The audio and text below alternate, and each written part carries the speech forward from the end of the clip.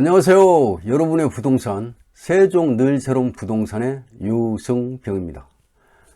2021년은 재물과 명예가 찾아온다는 신소의 해라고 합니다. 소원 성취하시고 바라고요. 새해 복 많이 받으시기 바랍니다. 오늘은 2020년 주택시장의 그 진단과 2021년의 그 전망에 대해서 지난 12월에 KB경영연구소에서 발행한 그 KB부동산 보고서의 주거용편을 그 중심으로 그 소개를 드리려고 합니다. 먼저 코로나19 확산으로 인해서 경제의 불확실성에도 불구하고 그 매매 시장이 과열이 지속되고 있다는 내용입니다.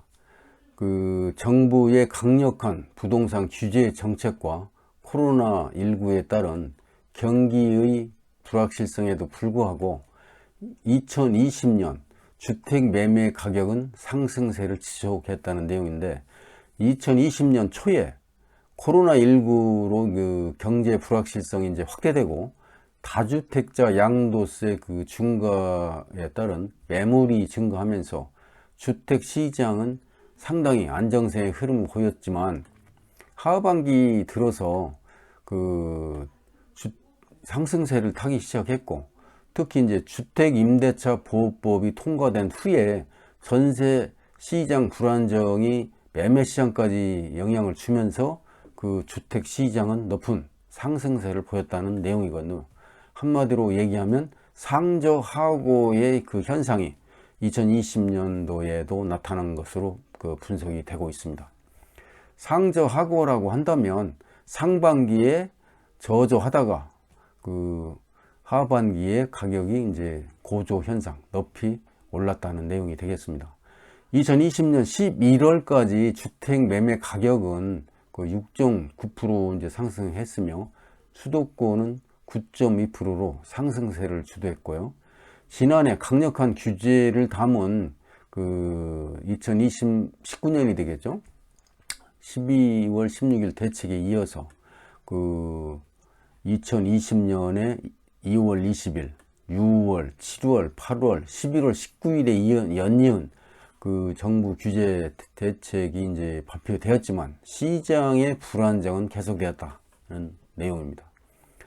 비수도권의 이제 하반기 이후 상승세로 이제 전환되었는데, 행정수도 이전의 가능성이 이제 부각된 세종시와 이제 대전시의 주택 가격이 크게 이제 올랐고요.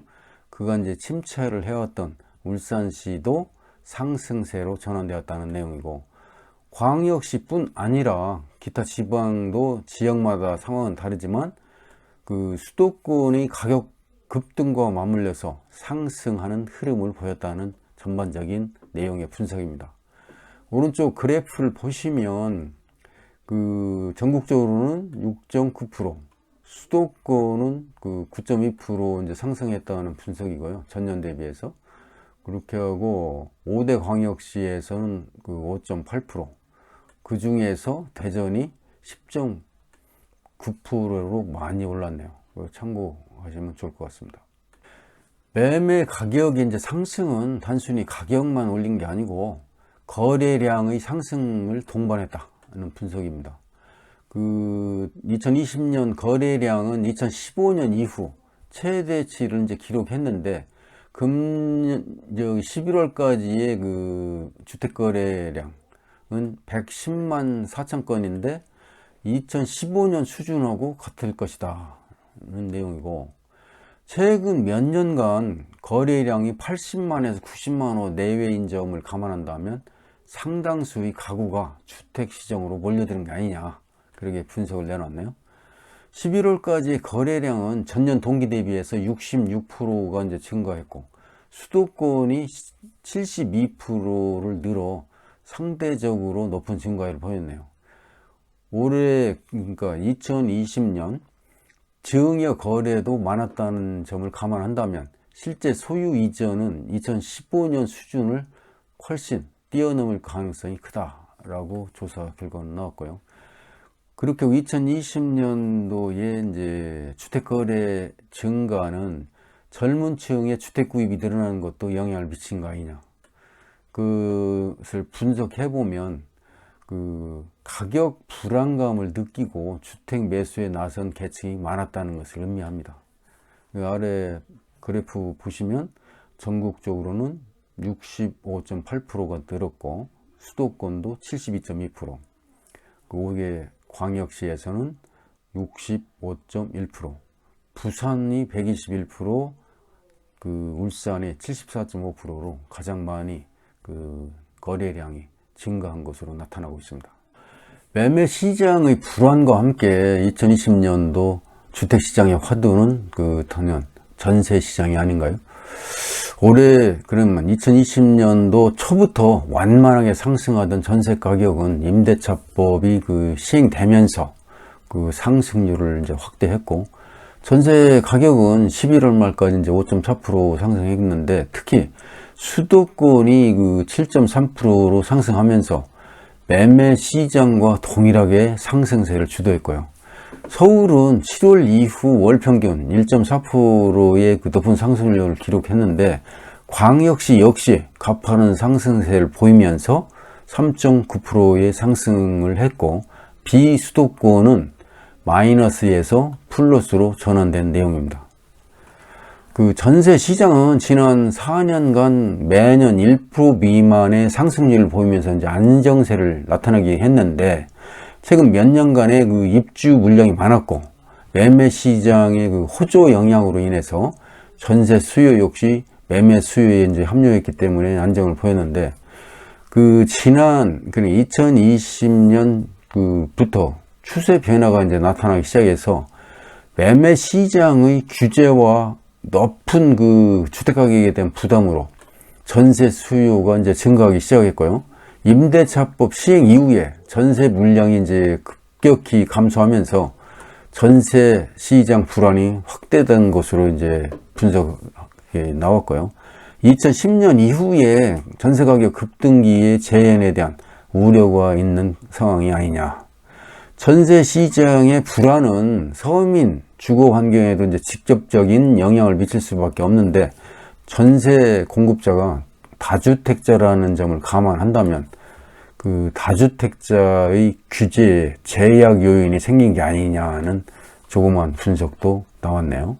보유세 증가로 다주택자의 부담이 증가할 것이다. 현재 주택시장에서 주택 구입뿐 아니라 매물 증가에 가장 큰 영향을 미치는 요인은 다주택자의 그 행태 변화다. 그 2015년 주택경기 호황에 따른 갭 투자 증가, 주택 임대사업자 세제 혜택 등에 힘입어서 다주택자가 지속적으로 늘어나는 건 사실인데, 2019년 주택 소유 통계에 따르면 그 소유한 그 가구는 1146만 가구, 이 중 두 채 이상을 소유한 가구가 317만 가구로 27.7%를 차지했고요. 상당수 가구가 다주택자이다, 이렇게 분석이 나왔고, 다주택자 가구는 2015년에 약 273만 가구에서 2019년에는 317만 가구로 증가했으며, 전체 주택 보유 가구에서 차지하는 비중도 2015년도에 25.5%에서 2019년도 27.7%로 2.2포인트가 상승했다는 내용입니다. 2021년도, 금년도가 되겠죠. 고가 주택을 보유한 다주택자의 그 보유세 부담이 크게 이제 늘어날 것으로 예측이 되고요. 정부는 다주택자에 대한 보유세를 지속적으로 이제 강화하고 있는데, 지난 7.10 대책을 통해서 3주택 이상 보유자와 그 조정지역 2주택 보유자에 대해서 과세 구간별로 1.2%에서 6%의 세율을 적용하기로 했다는 그 내용입니다. 오른쪽 표를 보시면 종부세의 세율 인상에 대한 내용의 표가 되겠습니다. 그 시가가 8억에서 12억 2천만 원은 1.2%, 뭐 15억 4천만 원에서 23억 3천만 원은 2.2%, 뭐 123억 5천만 원 이상은 6%를 적용하겠다. 그런 내용입니다. 앞으로 다주택자의 주택보유 부담은 증가할 수밖에 없으며 매도에 대한 고민이 깊어질 것으로 예측이 되고요. 1주택자는 고가주택 보유자를 제외하고 세 부담은 이제 크게 늘어날 것 같지는 않은데, 다주택자들은 앞으로 주택 가격이 상승하지 않는다 하더라도 보유세 부담은 상당할 것으로 예상이 됩니다.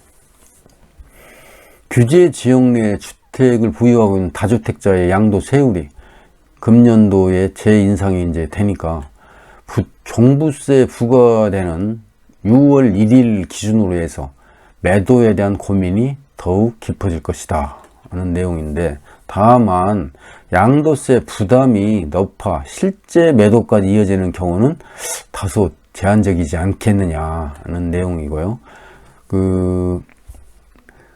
금년 상반기 주택시장의 안정은 다주택자의 매물이 어느 정도 공급되느냐, 나오느냐가 관건이 될 수 있다고 내다보고 있네요. 참고하시면 될 것 같고요. 그리고 거시 환경 변화와 주택정책이 주요 변수가 될 것이다. 금년도에도 여전히 정부 정책이 주요한 변수가 되는데, 정부 정책에 따라서 시장이 지속적으로 변화를 그동안 해왔기 때문에 정부 정책을 유심히 살펴봐야 될 것 같습니다.